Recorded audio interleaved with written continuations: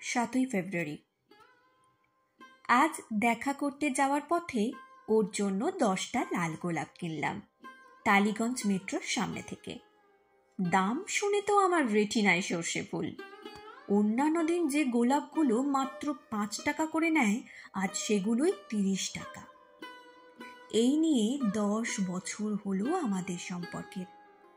মহারানীর আবদার বছরের সঙ্গে সঙ্গে গোলাপের সংখ্যাও বাড়াতে হবে।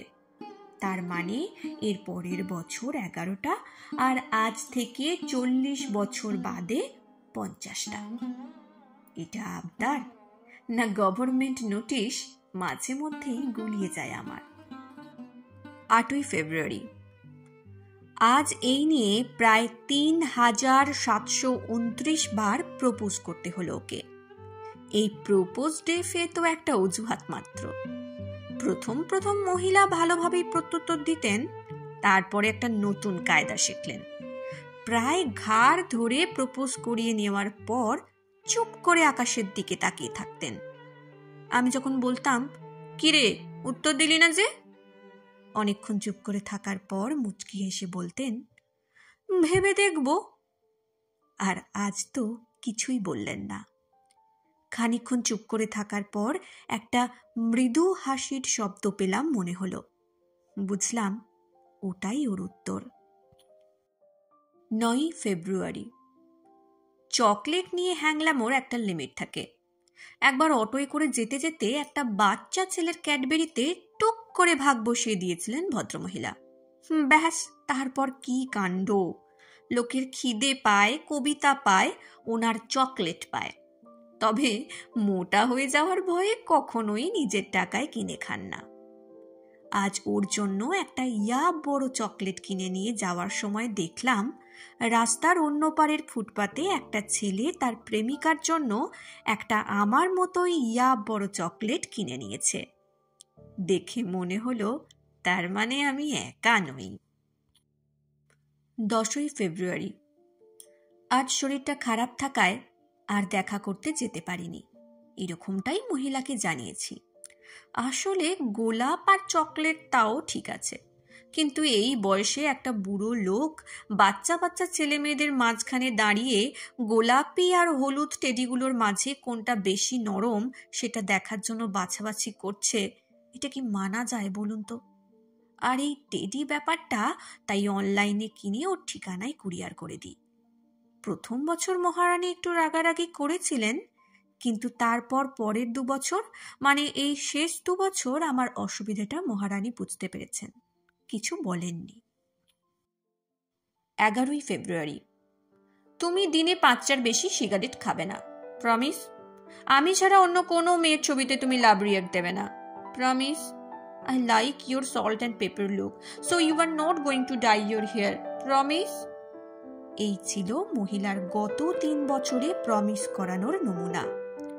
এই যৎসামান্য প্রমিসিং এজেন্ডা নিয়ে যে মানুষটা গত 3 বছর ধরে দিনের পর দিন আমাকে সহ্য করেছে, তাকে ভালো না বেশে থাকা যায় বলুন? তাই আজ আমি আগে ভাগেই বলে দিলাম, প্রমিস তুই যা বলবি আমি তাই করব। শুনে মহিলা এতটাই হতভম্ব হয়ে গেলেন যে ঠোঁট থেকে আর কোনো কথাই বেরোলো না। 12ই ফেব্রুয়ারি। আজ একটা সিকিউরিটি গার্ড আমাদের দেখে কিছুক্ষণের জন্য থমকে গেছিল। মহিলার বরাবরের অভিযোগ আমার উচ্চতা নিয়ে। আমি যখন ওর পাশে হাঁটি তখন নাকি আমাকে ওর জেঠু বলে মনে হয়।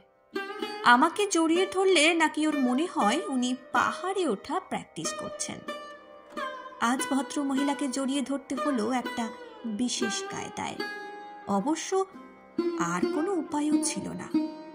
ঠিক সেই সময় ওই সিকিউরিটি গার্ড ভদ্রলোক এসে হাজির। উফ, আর সময় পেল না আসার। 13ই ফেব্রুয়ারি। এই ব্যাপারটা না ভীষণ ব্যক্তিগত, তবু আজ পর্যন্ত যতবার ভদ্রমহিলাকে চুমু খেয়েছি মনে হয়েছে বুকের ভেতর কেউ দামামা বাজিয়েছে। আজও তার অন্যথা হলো না। শুধুমাত্র সিকিউরিটিটা এসবের মাঝখানে এসে পড়ে আরো একবার আমাদের দেখে অবাক চোখে তাকিয়ে রইল। কাউকে বোধহয় আগে এভাবে চুমু খেতে দেখেনি। কি করব? মহিলা যে মাটির নিচে কফিনের মধ্যে দিব্যি শুয়ে আছেন। চুমু খেতে গেলে আমাকে তো ঠোঁটটা মাটিতে ঠেকাতেই হবে। 14 ফেব্রুয়ারি। গতকাল জড়িয়ে ধরার পর মাটি থেকে উঠে দেখি সমস্ত জামায় ধুলো লেগে আছে।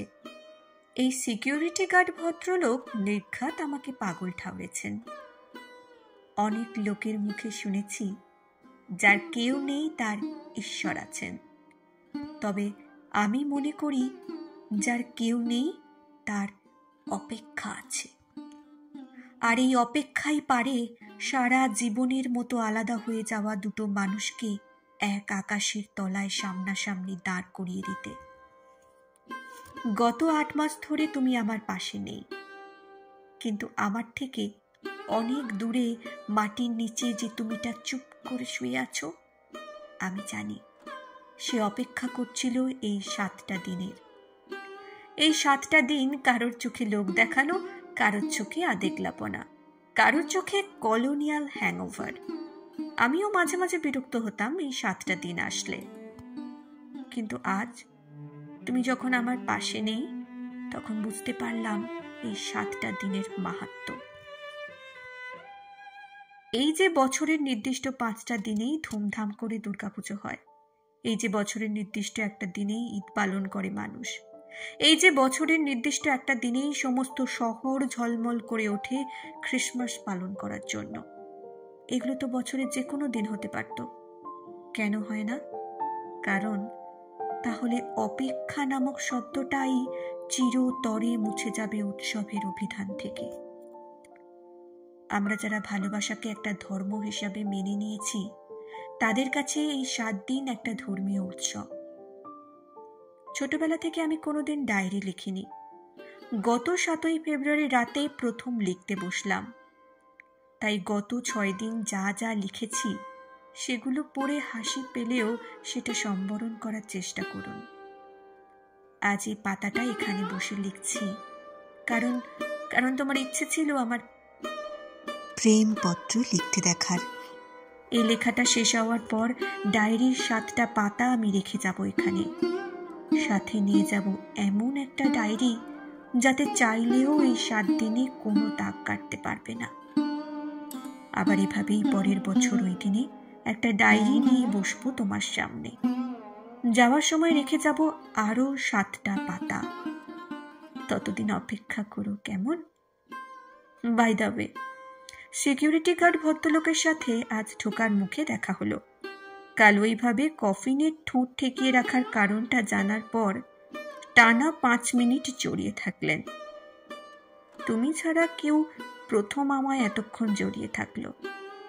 হিংসে হচ্ছে না তো?